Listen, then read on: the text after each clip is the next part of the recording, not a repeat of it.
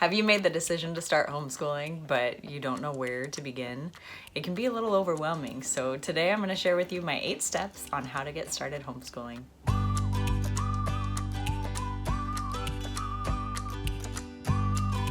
If you feel that the Lord has called you to homeschool, the most important thing that you need to do is pray, and keep praying, because homeschooling is going to challenge you and stretch you more than you can imagine at this moment in time. But I want you to know that God will not leave you high and dry. He will equip you with everything that you need to do this job and to do it well. But we have to rely on Him for the wisdom and the patience and the grace to see through those hard times that will come up.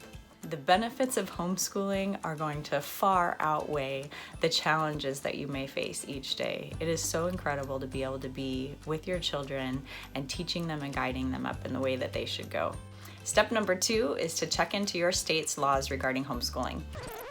Just take it easy. I'll tell you all the rules before you go. Each state has its own requirements for what you need to do as a homeschooler, and they're all very different. So you need to find out what your state requires of you as far as what age you need to start homeschooling your kids at, what you have to do in order to homeschool, what types of things you need to teach in your homeschool or how you need to teach them. There's a lot of variations depending on the state that you live in. So I'm going to link below the HSLDA, which is the Homeschool Legal Defense Association, and there's a page on there where you can click on your state and it'll list out all of the things that you need to do to meet the requirements of your own state. Step number 3 is to pick a method. Now, before I started homeschooling, I had no idea that there were even different methods to choose from. All I kind of knew was what I grew up with in the public school system, where you had one textbook for each subject and you did that one each day and you moved on till you finished your workbook and then you moved up to the next one. And so I thought that was kind of the only way to go as far as homeschooling goes. The more I've homeschooled and the more homeschoolers I've met, the more I've come to realize how many different options there are out there. Some of the most popular methods of homeschooling are the traditional method. There's also the classical method. Another method is the Charlotte Mason method. There's also a method you may have heard of called unschooling. Another method could be unit studies. Hybrid education is also somewhat popular. Another method is eclectic homeschooling, which is what we do in our home. It's just, I feel like the perfect marriage of all the different methods is just getting to choose what you like and what works best for you. Step number 4 is to choose your curriculum. Here they are. 36 volumes of sheer necessity. There's a lot of curriculum options out there, and it can be a little overwhelming wading through, trying to figure out what's going to work and what's useful and what's fun and exciting for your kids. And that's the most important thing, is trying to find something that your kids are interested in, that's up their avenue of how they learn and how they grow, so that they're not going to get burnt out doing this and hate learning, because then it's not fun for anyone, let's face it. Some of them are very expensive, and there's a lot of things out there that are free too. So I highly suggest looking into the things that are free or inexpensive just to start, so you can get an idea of what's going to work for you and what doesn't work. So you're not wasting a whole lot of money on something that doesn't end up working for you in the long run. One thing to keep in mind too with homeschooling and the curriculum that you choose, it doesn't have to be set in stone. Don't feel like once you choose something, you have to stick with it until it's done, because you might find something just after 2 months of working on it isn't working for you, or it isn't working for your kids. So don't feel bad about throwing that out the window and trying to find something that's going to work better for you. Step number 5 is to plan your year. When you homeschool, you don't have to follow the traditional public school calendar. You can choose to school all year round if you want to. Or you can do things like knowing when you're going to take vacations as a family. You can block those times out as vacation time and then kind of shift the weeks that you're doing school around those things, which is really convenient and really great, because then you can go on vacations when everyone else is in school, and then there's hardly anybody at those places, which is an awesome benefit. One of the huge benefits of homeschooling is being able to choose a schedule that works for your family and that fits in with what you want to do with each other as a family. It's exactly what I want. Did you really mean that? And then not only choosing your whole calendar year's schedule, you need to think about what your day-to-day schedule is going to be like.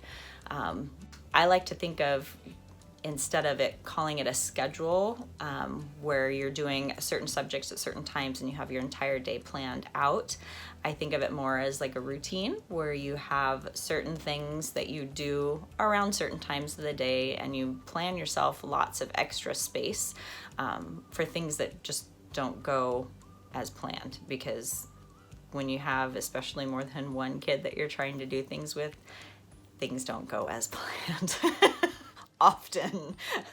And that's okay, because we schedule in some space to allow for that stuff to happen. So think about scheduling your school year and think about scheduling your day-to-day. Step number 6 is to set up your school space. Now this could be nothing. It could be you're gonna plan on doing school on the couch and at the kitchen table, and that's great. We do that most of the time. You could be a little bit more traditional where you want to have a classroom set up and you do school in the classroom, and then when you're out of the classroom, you're done. And that's great too. So you need to decide what's going to work for you and find out how you want to set up your space to match with how you want your day to go. There are also a bunch of supplies that you'll probably need to get, just basic things like crayons and markers and paints and pencils and paper and those kind of basic items. You'll want to get an organization system figured out for how you want to keep all your lesson plans and all your kids' schoolwork and all their loose papers and that kind of stuff organized, so you don't just end up with like how a bomb went off in your classroom, which is what can easily happen. So it's good to have a system planned out on how you want to keep all of that together so that you can feel like you're in a little bit more control of your environment and really create just a great atmosphere for learning for your kids, where you can have fun together and learn together. Step number 7 is to find your tribe. Find the people that you want to partner with in your homeschool so that you don't have to do this alone. Because when you start homeschooling, let's face it, you're at home a lot and you can start to feel a little... So we want to avoid that and find people that you can partner with to do activities with, or field trips with, or planning events around holidays or different things. There's so many different options, and there's so many more people homeschooling these days than when we were kids, that there's a lot more people out there that you can find ways to connect with them. You can do something like a co-op, which is great for doing shared lessons with other homeschool moms, where your kids get to learn for a certain period of time from other people than you and have a little space from that relationship. Can be really good and really beneficial for them to be under someone else's teaching. You can do a wild and free group, which is great for getting your kids outside and doing nature studies, which if you haven't heard about it, you need to look it up right now. Another option is finding homeschool classes at places like the YMCA or art programs, or things where you can do classes together with other homeschool kids throughout the day, or even taking classes at a parent partnership type program that are part of the public school system, where your kids can take some classes for free. Step number 8 is to gather inspiration. Now that you know that you want to homeschool and you kind of have an idea of the things that you have to do, now you get to move on to the fun stuff, where you get to really just get excited about homeschooling and gain information and insight from people that have been there before or that are doing it now, that you can learn things that are really great and really fun and see how many options are really out there.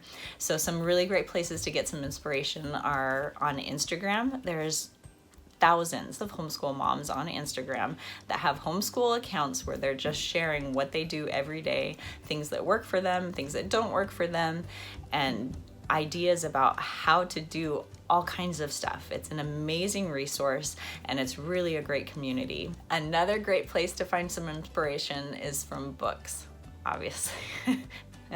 As homeschool moms, we need to love books, right?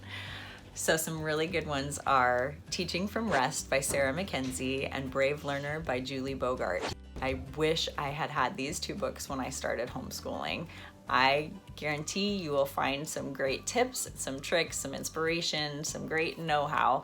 Get those 2 books as a foundation for planning and getting inspiration for your homeschool. So that's it. Those are my 8 steps on how to get started homeschooling. I hope this has helped take some of the guesswork out of what you need to do to get started in your own home. If you have questions or comments, please comment below. Let me know which of these steps you need the most help with still. I'd love to help you out. Also, make sure you like this video, subscribe to my page, and hit that bell so you get notifications next time I post videos. Thanks. Have a great day.